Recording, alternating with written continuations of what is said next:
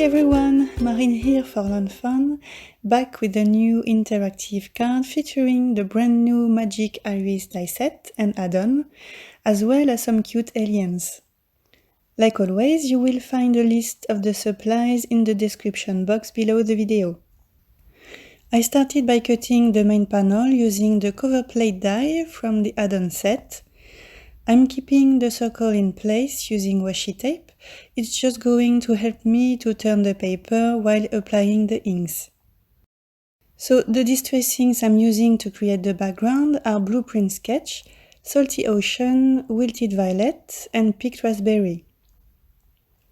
I'm applying the inks in the random way, but I'm going to keep the center blue only. When you create that kind of galaxy background, it always looks weird or ugly at the beginning, but by going back and forth with the different inks, in the end you can get something really amazing. Patience and elbow grease are definitely the key. And adding texture always makes a galaxy panel look better, so I splattered water on the paper using a thin brush and dried it using a paper towel. Next, I pressed my Chipped Sapphire Distress ink pad onto my work surface. I added water and splattered drops on the paper for more contrast and to add an extra touch of darkness. And of course, what would be a galaxy without shiny stars? I'm using liquid stardust to create a beautiful starry sky. And I didn't add water to it in order to get a super duper sparkly sky.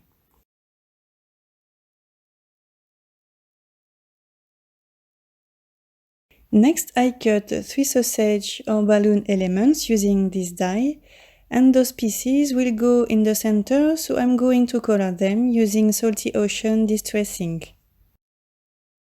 And I will create the exact same texture as the main panel, splatters of water, Chipped Sapphire ink, and liquid stardust. Now I'm going to build the Magic Iris. I started by cutting 3 rings.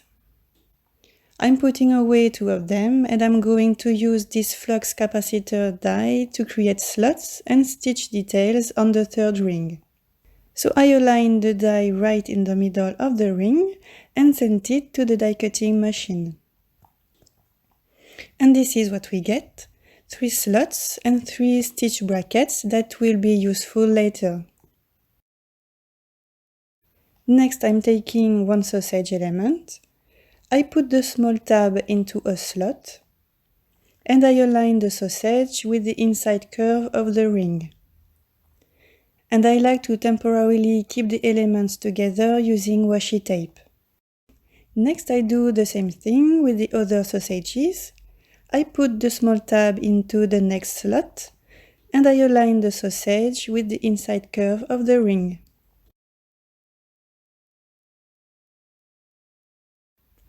Here you can see that the die has created an X mark on the sausage pieces. This is where I'm going to add adhesive. And the best adhesive to use is 3/16 of an inch or 5 mm glue dots. So you take 1 glue dot and you attach it on the X mark, and you repeat this for the 2 other X marks. Next, you take another ring. You align it on top of the sausages and you press down to adhere that ring to the 3 glue dots.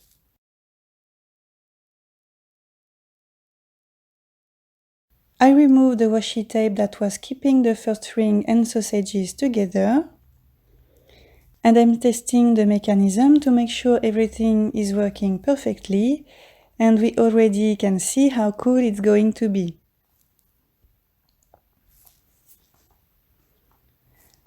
I make sure everything is aligned, and I add washi tape again to keep my first and second rings together. Next, I flip the ring over and I'm going to stick the stabilizers on the 3 stitch brackets, right up against the inside curve of the ring. I'm adding double-sided tape right on those bracket spots from the inside of the ring to the outside of the ring. I remove the backing paper, and next I can attach the stabilizers on the 3 bracket spots and right up against the inside curve of the ring.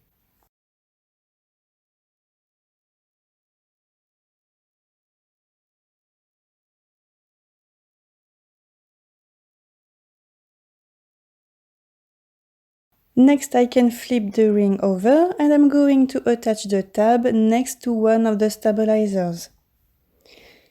You pick the stabilizer you want, you add double-sided tape at the back of the tab, and you want to stick it next to the stabilizer, following the inside curve of the ring and making like a V shape.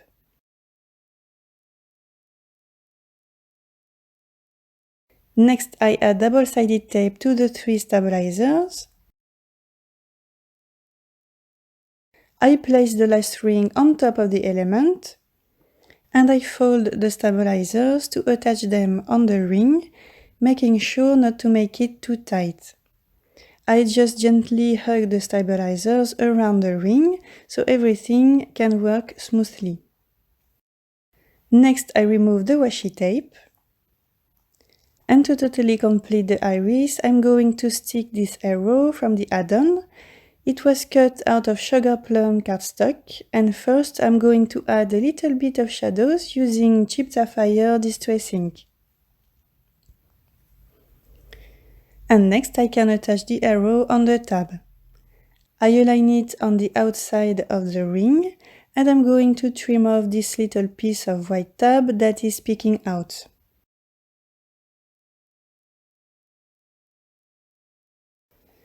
To stick the main panel on the magic iris, I apply double-sided tape on front of the ring, as well as liquid glue. I keep the iris closed.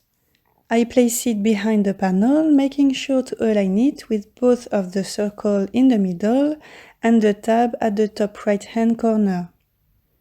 And I can press down to attach the pieces together.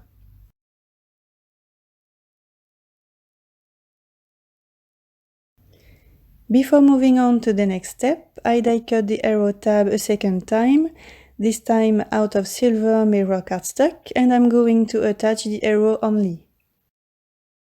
To ground my scene, I die cut a heel border using the cover plate die and the simple stitch steel side border die, and I'm going to use Hickory Smoke and Black Soot Distress inks to color this element.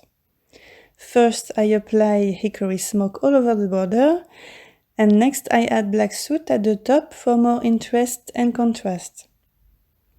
I didn't record it, but I'm also going to splatter water on this border as well as drops of the same inks. I'm going to stem my sentiment in 2 steps. First, Happy Birthday using stems from the Birthday Before and Afters stem set. I place the stems and the border in my Misty tool. I'm applying clear embossing ink on the stems. And next I plunge the border into white embossing powder that I'm going to melt using my heat tool. The second part says To My Favorite Earthling, and I'm stamping it using jet black ink. The sentiment is done, so now I can stick the border at the bottom of my panel using foam tape.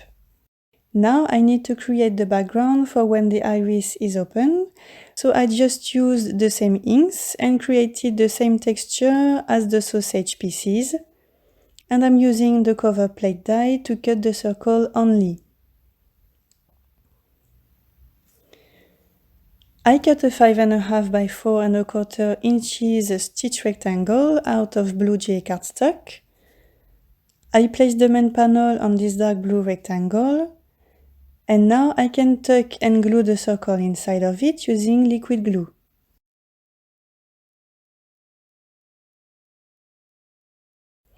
Off screen, I added a bunch of foam squares at the back of my panel, making sure that the iris was still working nicely. And I adhered the panel on the Blue Jay rectangle.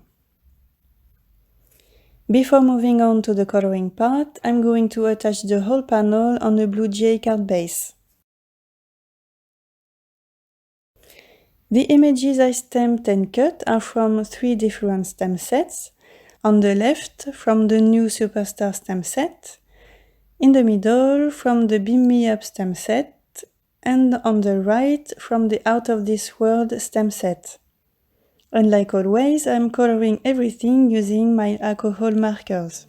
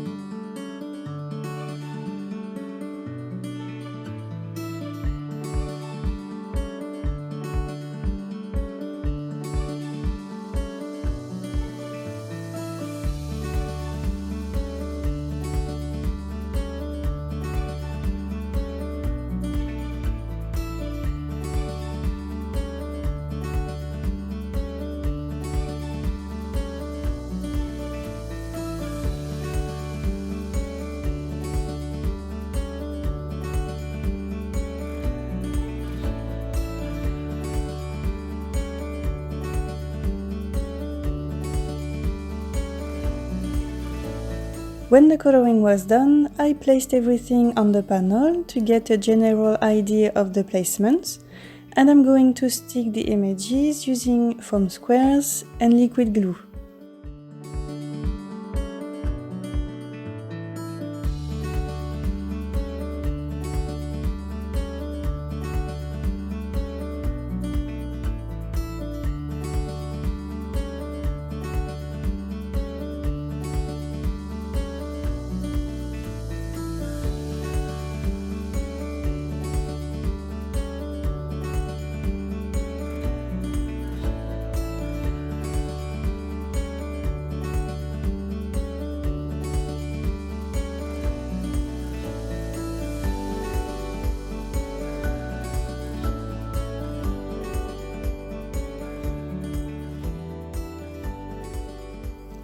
A little trick if you want to stick small images on the iris. Sometimes they can be a little bulging due to the coordinating die, so before attaching those images, I make them flat using my bone folder. And using tweezers is a big help when you need to stick such tiny images.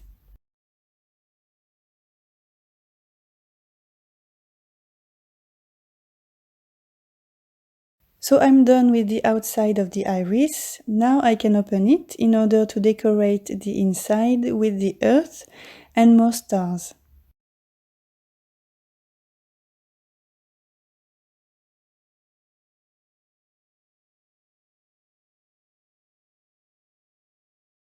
I added white highlights on the images, and now I'm going to add the last final details, starting with some shimmer on all the stars, and next glossy accents on the spaceship as well as on the aliens' eyes to make them glow.